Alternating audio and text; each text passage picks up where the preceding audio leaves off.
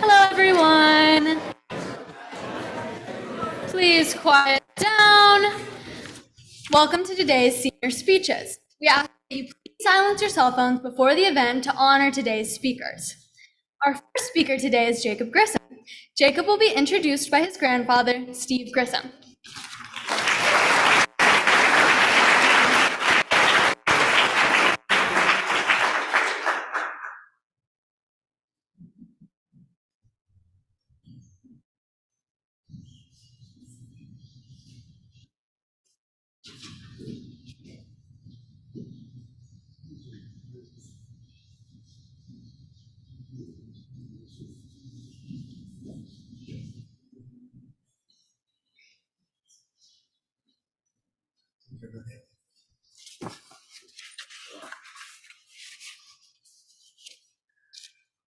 Sorry for entrance. I'll only try to outdo it with humor and embarrass Jacob as much as I possibly can. My name is Steve Father, proud grandfather of Jacob Grissom. I'm honored to be here this morning and to introduce Jacob to you. When I think of Jacob, there are three adjectives that jump up at me. One is compassionate, two is well-rounded, and three is thoughtful. First, compassionate. Time and time again, I've observed Jacob being compassionate with others and me, with extraordinary patience and class. One example was at this year's Collegiate Grandparents' Day, when Jacob patiently guided me on a walker through the crowd of adults and students to join him in his calculus class. Even though we were sure to be late in arriving, Jacob was gentle, kind, and never became rattled. My safety was clearly Jacob's highest.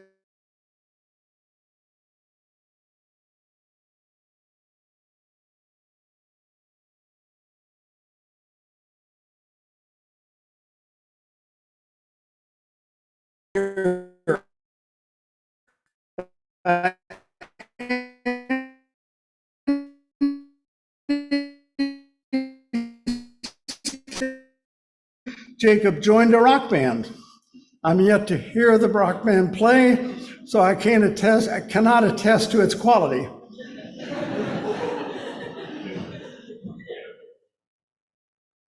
Second, Jacob continued in Louisville in competitive squash at the national level, while helping to establish a varsity squad at Collegiate. And finally, he finds time in his busy schedule to write poetry independently, all while being the new kid on the block. The final characteristic that describes Jacob for me is thoughtful. While at Collegiate, Jacob has proven to be a thinker who attacks problems from multiple angles. For me, Jacob's intellectual prowess and potential are amazing. As a former admissions officer, I had the pleasure of working with Jacob in the college planning process. In the process, I marveled at the way Jacob systematically assessed colleges and universities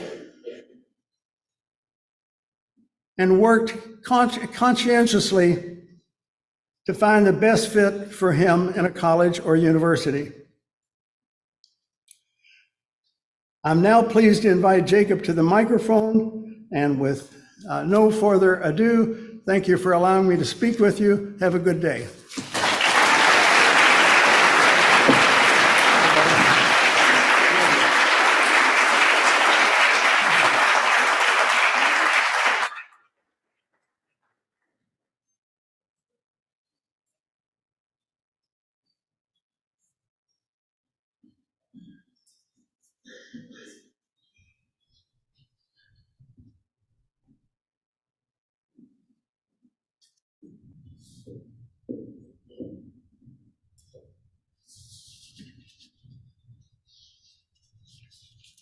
Good morning.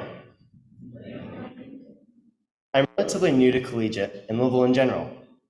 I moved here from Chicago the summer before my junior year, and I want to share my takeaways from that move with you today because I found it to be a profound learning experience. Before the move, I had lived in Chicago my entire life, and my day-to-day existence did not really change that much over the 16 years I spent there. All those years, I went to the same school, lived in the same house, had the same friends, for the most part, and had the same commute. There are places in the city that I visited later in life that I never even knew existed because I had such a set routine. I was growing up, so there was constant physical and emotional change, but I never really experienced sudden, large-scale transitions. I remember in 8th grade, when I was deciding whether or not I should stop playing soccer and focus on playing squash. The combination of the two sports had become too much of a burden, combined with the amount of schoolwork I was getting. So, one night, I made the decision to quit soccer for good, which made me sad.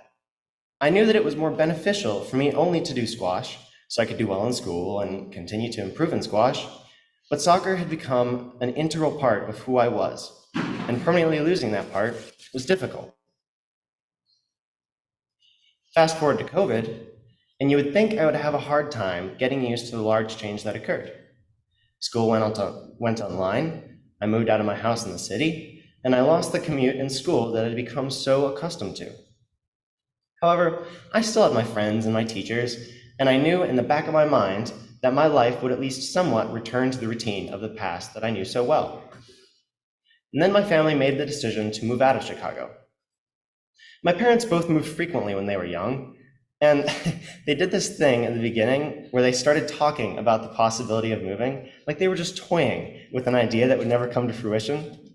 They would tell us all of the benefits of moving, but then we would ask them straight up if we were moving, and they would assure us that no, they were just thinking about it. I knew some change would definitely start coming when they began looking at schools outside the city, but I was firmly in denial from the beginning. I thought that their wanting to move was only a product of COVID, and once COVID was over, all the changes I was dealing with would vanish. But the changes did not vanish. We moved. We sold my childhood home, got me out of my old school and away from my friends, and left the place of which I was so fond. I then started my first year at collegiate. There was a new house, new teachers, new students, a new commute, but I told myself I would be fine. And at that point, I really was in denial. I convinced myself that change had to happen eventually, so I should take advantage of it and grasp it with excitement for what would come. I convinced myself that I was mature enough to easily welcome change and take it with open arms. It's also called smiling through the pain, as some might call it. Yeah, that didn't really work out, as you might have already guessed. Looking back, I find that I wish I would have sat down for a moment and reminded myself that my old life really was coming to a close. I wish I took it in more, that I would not return to my Chicago house and see it as home. I never even said goodbye to my friends because I thought our friendships could stay as strong as they had been when we were online during COVID. Looking back, I see my struggle with soccer in a new light. When I quit soccer, my sadness was difficult to deal with, but it meant that I was coming to terms with the adjustment. If I had only been sad that I was leaving Chicago, I would have more easily acknowledged that my new life in Kentucky was truly new. Being sad was key to me letting go of Chicago. With the move, my social skills were tested. Now, I'm not an outgoing person with people I am not familiar with. I might even call myself an introvert. In addition, during COVID, I only talked with the friends in Chicago that I was closest with. I had few interactions with people I did not immediately know or was not immediately comfortable with. My social skills were therefore rusty, to say the least. And one thing I vividly remember happening on multiple occasions when I first started at Collegiate was people would walk down the hall past me, and sometimes they would say, "Hi, Jacob." And I had such a problem with those interactions. Such a problem, because I would not know what to say back. Sometimes I would not even know their names, so I could not say "hi blank" back. This was partially because there were so many to remember, partially because I am especially forgetful of those types of things, and partially because I had never had to learn many people's names before. My old school was only a bit bigger than Collegiate, so living there for 16 years, I knew everyone's name that I needed to know. Also, I did not yet know the culture of Collegiate or my place in the culture. In my old school, you pretty much said hi to friends and teachers you knew well. At Collegiate, I did not know if they were trying to be my friend, or if it was weird to say hi back, or if it was just a common greeting people said when passing each other. And in that case, if it was just normal, should I say hi back next time? But then if I did not know their name, that was a problem because they might think I was being rude. I mean, who was I to know? So, feeling loss and lack of closure for the only home and community I had ever known, I found myself obsessing with fitting into this new environment, and I eventually had to admit that everything was not fine. Thankfully, though, time continued. And when I say this, take it to heart. Collegiate is a special place. Many of my classmates invited me, whoever I was, into this school, and they did not let me slink into a corner for 2 years, as I was increasingly prepared to do. I was forced to talk with others and learn the ways of the once foreign place, something for which I can't thank this school enough. I'm not back to where I used to be when I left Chicago, but this place has instead made me better off. My social skills are no longer rusty. There are still some kinks every now and then, but I would experience those even at my old school. I have also grown and matured, and this is because my fear of change in this world has lessened. I think a big takeaway from moving is that you begin to travel to new places, not seeing them as foreign, but seeing them as waiting to become familiar. I've also learned a lot, most especially about transitions and change. Transitions are complicated, as most things in people are. They signify the progression of time, which is painful because time is our most valuable resource. When we lose time or feel a section of time coming to a close, we are saddened because we dearly want it back. For example, I wish I could relive the days I spent being an innocent kid in a playground, being stupid and playing fun games with my friends. But at the same time, transitions are happy because we realize that we have been able to use time to create those experiences and relationships. We are also happy because we know that we can do it all over again. I think time is the reason the word bittersweet exists. And my move to Louisville from Chicago has been just that, bittersweet. That's what I needed to understand before my move. And that's what you should take away too. That when you go through transitions, as we seniors are about to do by going off to college next year, know that it is difficult, but know also that it is what makes life so beautiful. Thank you.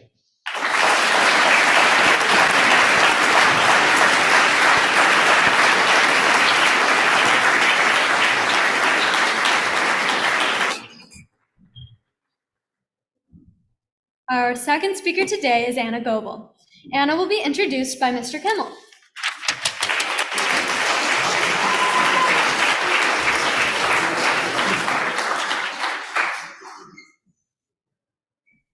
Jacob's right. Collegiate's a special place, and it's special because of each and every one of you and what you do. And you make, not just saying that, guy, off the cuff. I hope that came out of. Anyway, so basically, thank you so much, Anna, for asking me to speak. I feel honored as you are such a kind and loving person. I like to be a part of that. P.T. Barnum once said, "The noblest art is that of making others happy." Anna stepped into my classroom 4 years ago and immediately became an unofficial member of the extremely unique, I know that's not grammatically correct, but extremely unique Kimmel Advisory. Anna is one of those souls that tells it like it is, no pomp, no circumstance, just Anna.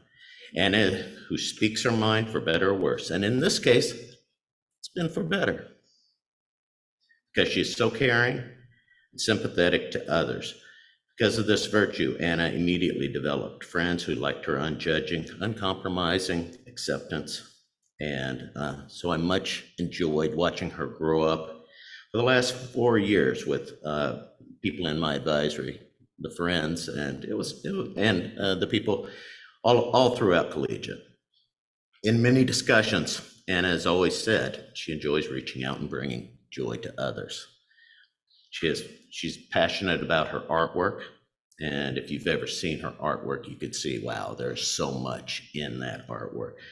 There's a piece down by the robotics room right now, and it's just wonderful what she can do. I always wish I could have done that. Another thing is Anna's interest or passion for drama, not that classroom drama that most of you are passionate about, but Miss Kinnison drama. And so I asked her once, you're sort of reserved. Why? She says, I like to entertain. I like to make people happy. So she wants to make people happy day in, day out, practicing, memorizing, and then having the courage to stand up in front of people. That's a lot. I like to make people happy too, but I do it with a box of donuts. So, Anna, it does scare the heck out of me how you do that, how you have the courage to do that. So I appreciate Anna's dedication and love for others. She finds time and energy to share her day and life with me during our talks, during just chit-chatting. This outreach and focus on others is something I wish we all did a little bit better. You'll find as you focus on others, you'll find that purpose, that meaning, and that peace. It's not going to be perfect out there, but as you focus on others, that anxiety, it gives up just a little bit. It doesn't take us much hold. And in the meantime, you make this world a better place, just like Anna has. Anyway, I'd like to introduce Anna Goebel.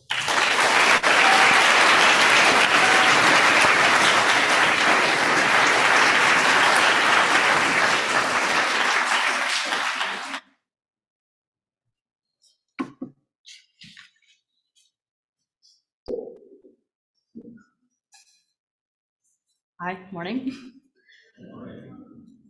If a friend asked me a specific example about some random thing I did in middle school, I'd come up with an embarrassing list immediately. That time I smacked a guy's hand in fear when he tried to hold it? Yeah, that's not bad. Of course I'd remember that, but what did I have for lunch yesterday? No clue. Why do our brains work like that? For me personally, the answer is not just a bad memory. It's because I'm constantly living in my head. I feel like I can speak for a lot of people when I say that we live in the past, focusing on regret or embarrassment, and the future, thinking about what life has in store for you or when you'll have time to do your homework you have to do next period. All this anxiety keeps us from the most valuable time, the present. The present is the most valuable time to utilize. One simple moment or change you make in a day can alter the path in the future or simply alter your mood for the rest of the day. In my daily life, I remain anxiously in the past, thinking of things I said wrong or ways I could have complimented or started conversations with people. The future occupies my mind with thoughts like, do I have enough time for what I want to do today? Or will I sleep tonight? As you can see, it's incredibly easy to fall into a cycle of overthinking and living in your own inner world. Anxiety and stress are key components in losing touch with the present moment. The past and future shouldn't paralyze us into a state of dissociation, making us incapable of experiencing the joys of the present. We can find contentment now in this moment. Master Oogway from Kung Fu Panda did say it was a gift for a reason. Okay, all this talk about living in the present, but how do you actually live in it? For some, it's easier, but for me, it's something I had to learn, so I'll share my personal findings with you all today. The first thing I realized was that to stay in the present, I'd have something to keep me there in the first place. For me, being around my friends keeps me in the moment in focusing on the moments that we spend together rather than living in my head. In school, I find ways to entertain myself to keep me engaged, like bouncing my foot or fidgeting with a pencil. To sum it up, the first point is to find something to keep you personally grounded to the present. A unique way my friends and I live in the moment is something we call the quote book. If any of us say something out of pocket or just something we think is funny, we jot it down in the quote book. Some of the inside jokes we have are, I will fight a tree. Mario Kart me. I'm the ghost in the wall, false, I am the wall. And finally, the meatballs taste like Home Depot. As stupid as it seems, documenting these moments is something we look upon fondly because it grounds us to the joys at the present moment. It's fun to look upon these entries, especially since some of our friends have gone off to college.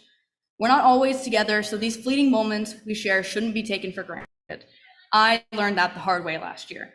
You never know what you have until it's gone, so make sure to live grounded in the present to soak in and enjoy these moments. Another way to stay in the present is to get off your phone. I know we've all been pestered with the conversations of getting off the phone, the internet, and social media, but setting your phone to the side really does help.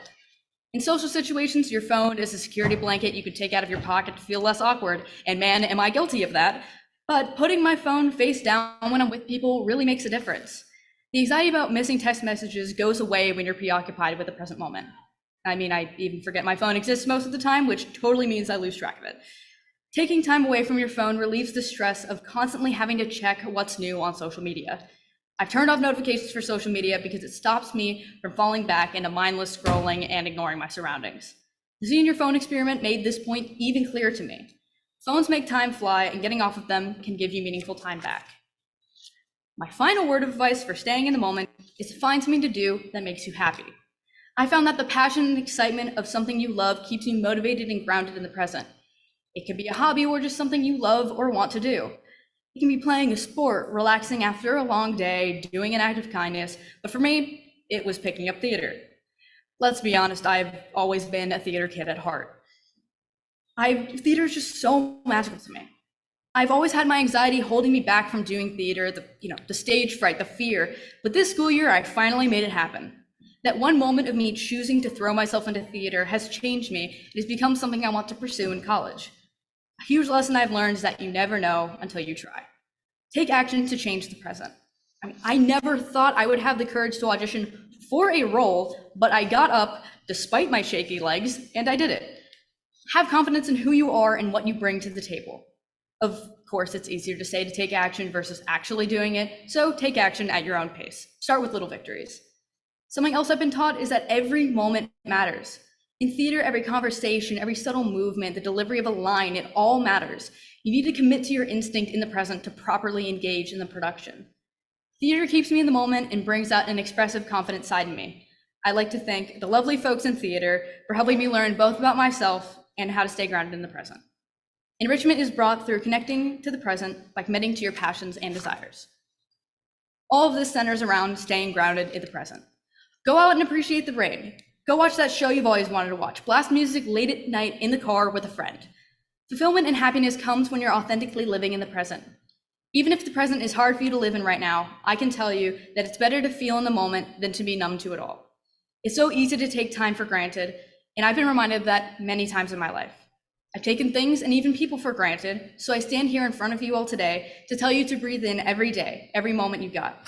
Don't live life in a blur. You have the power to make a change now. And to quote Avicii's song, The Nights, one day you'll leave this world behind, so live a life you will remember. Make each page more elaborate than the last by living authentically in the moment. Your story is not over. Have a lovely day, you all. Thank you.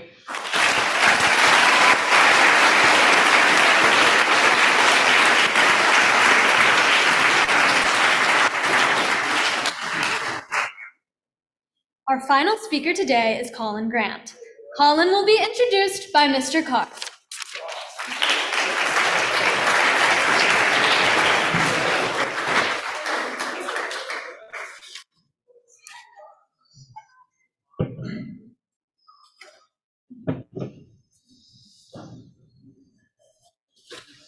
Good morning. Sorry, Anna. I feel very privileged to be here today. I'll talk about Colin Grant just a little bit. A wise person once said, "You can't understand someone until you've walked a mile in their shoes or looked through their eyes." So I begin today trying to be my best version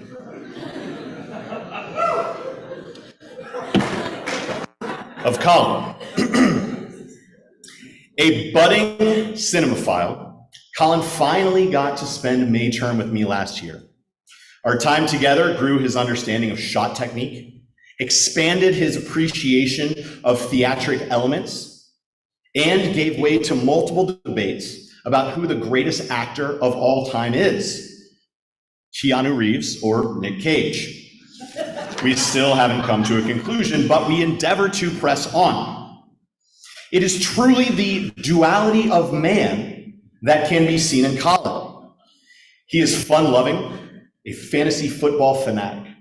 He is committed to the cause of lacrosse and many, many bits. Colin is a master of the bit. Running jokes regarding nicknames, humorous behaviors, Kane's sauce superiority, and of course, nuggeting his favorite teacher's backpack, which I am still both impressed and appalled by. I don't know how he did it. His many sides, triality, quadrality, are capstoned by a fiercely loyal friend and student who cares as much about learning as he does the scores that come with it. The end of Colin's 9th grade year was spent at home. The world shut down quite a bit, and while we strive to forget this, or at least not let it define us, I will remember the formation of the Lads Club.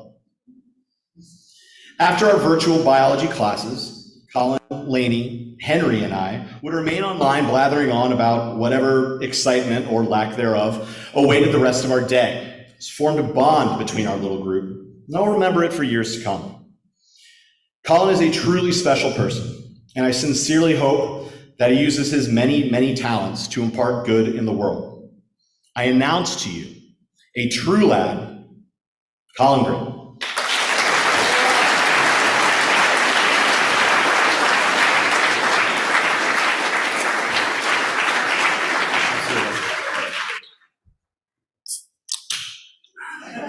I'm sorry, Coach Smith. I really am.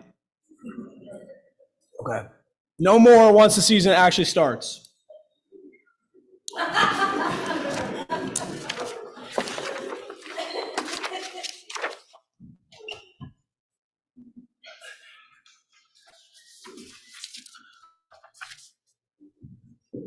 was told I need to make a shout out for the Maker Design class, so here it is. Shout out to the Maker Design class.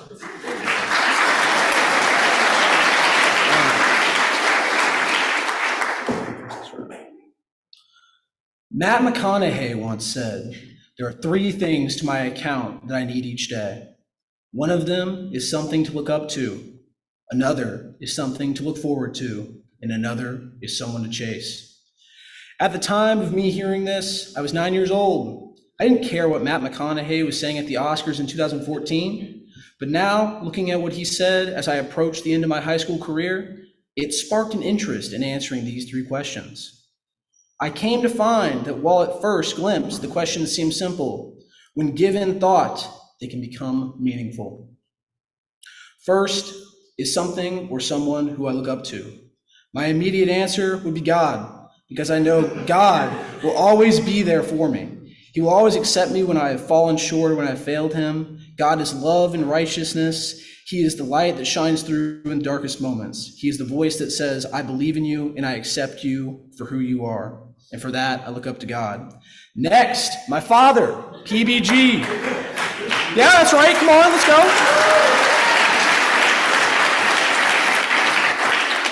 Words cannot express the gratitude that I have for him and all that he has done for me and the privileges that he has provided me throughout my life.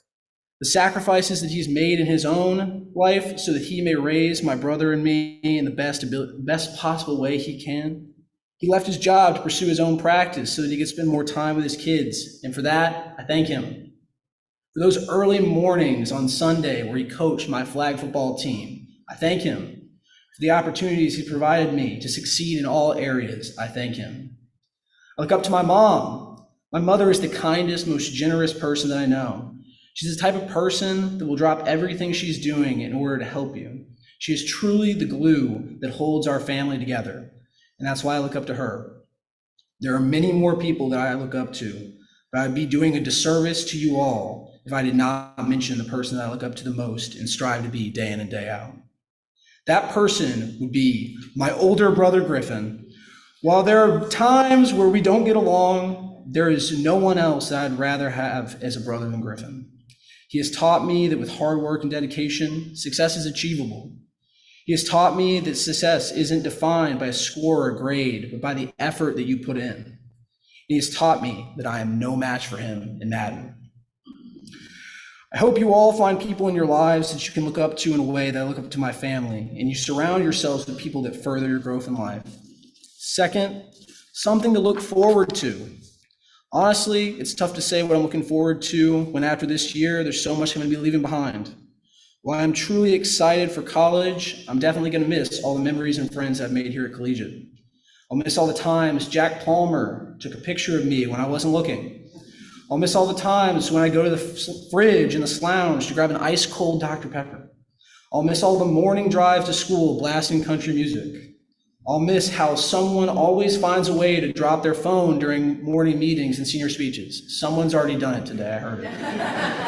I'll miss going to Chick-fil-A with the boys after we win at the C, because we've never lost. But I'll get over it and I'll move on. At the moment, I've got quite a bit to look forward to, whether that be college, the upcoming lacrosse season, or the Cowboys winning the Super Bowl this year. It's gonna happen. I'm not sure where I'm going to go to college, but I know it'll eventually work itself out. Now, onto the stuff that I know you care about the most. The 2023 Titans lacrosse team. That's right.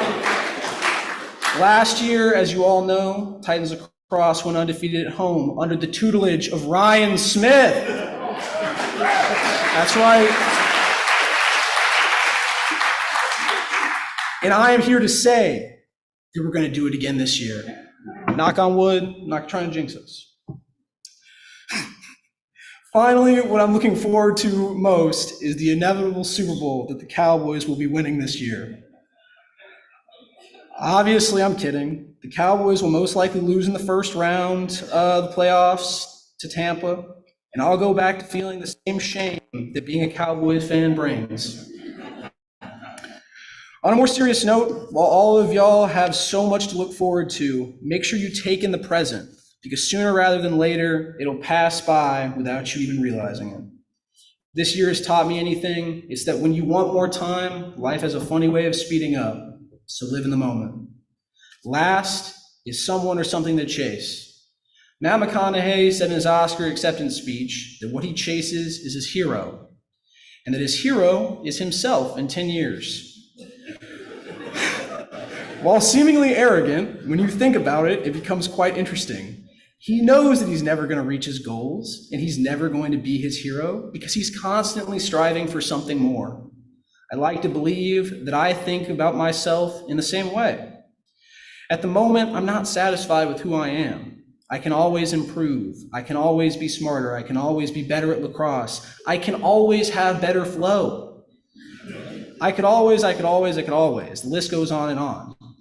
There are a plethora of things I could do in order to improve myself, and that's what makes the idea so interesting. While Mr. McConaughey talked about who he thought he would be in 10 years, I want to go in a slightly different route. Not necessarily who I think I'll be in 10 years, but what I'd like people to say about me in 10 years. In 10 years, I hope to be described as a person that you can look to when you need a pick-me-up, or as someone to laugh with, as someone who puts the interest of others before their own, someone who you can count on and trust, but most of all, someone with the nastiest head of Letty you have ever seen. Well, this has been fun, and I'm sure there are some of you counting down the seconds till I'm done with my speech. I'd like to say one more thing. When we all leave here, I hope you'll ask yourselves who you look up to, what you're looking forward to, and what you're chasing. Thank you so much for listening. I appreciate each and every one of you. I hope you have a good one. Thank you.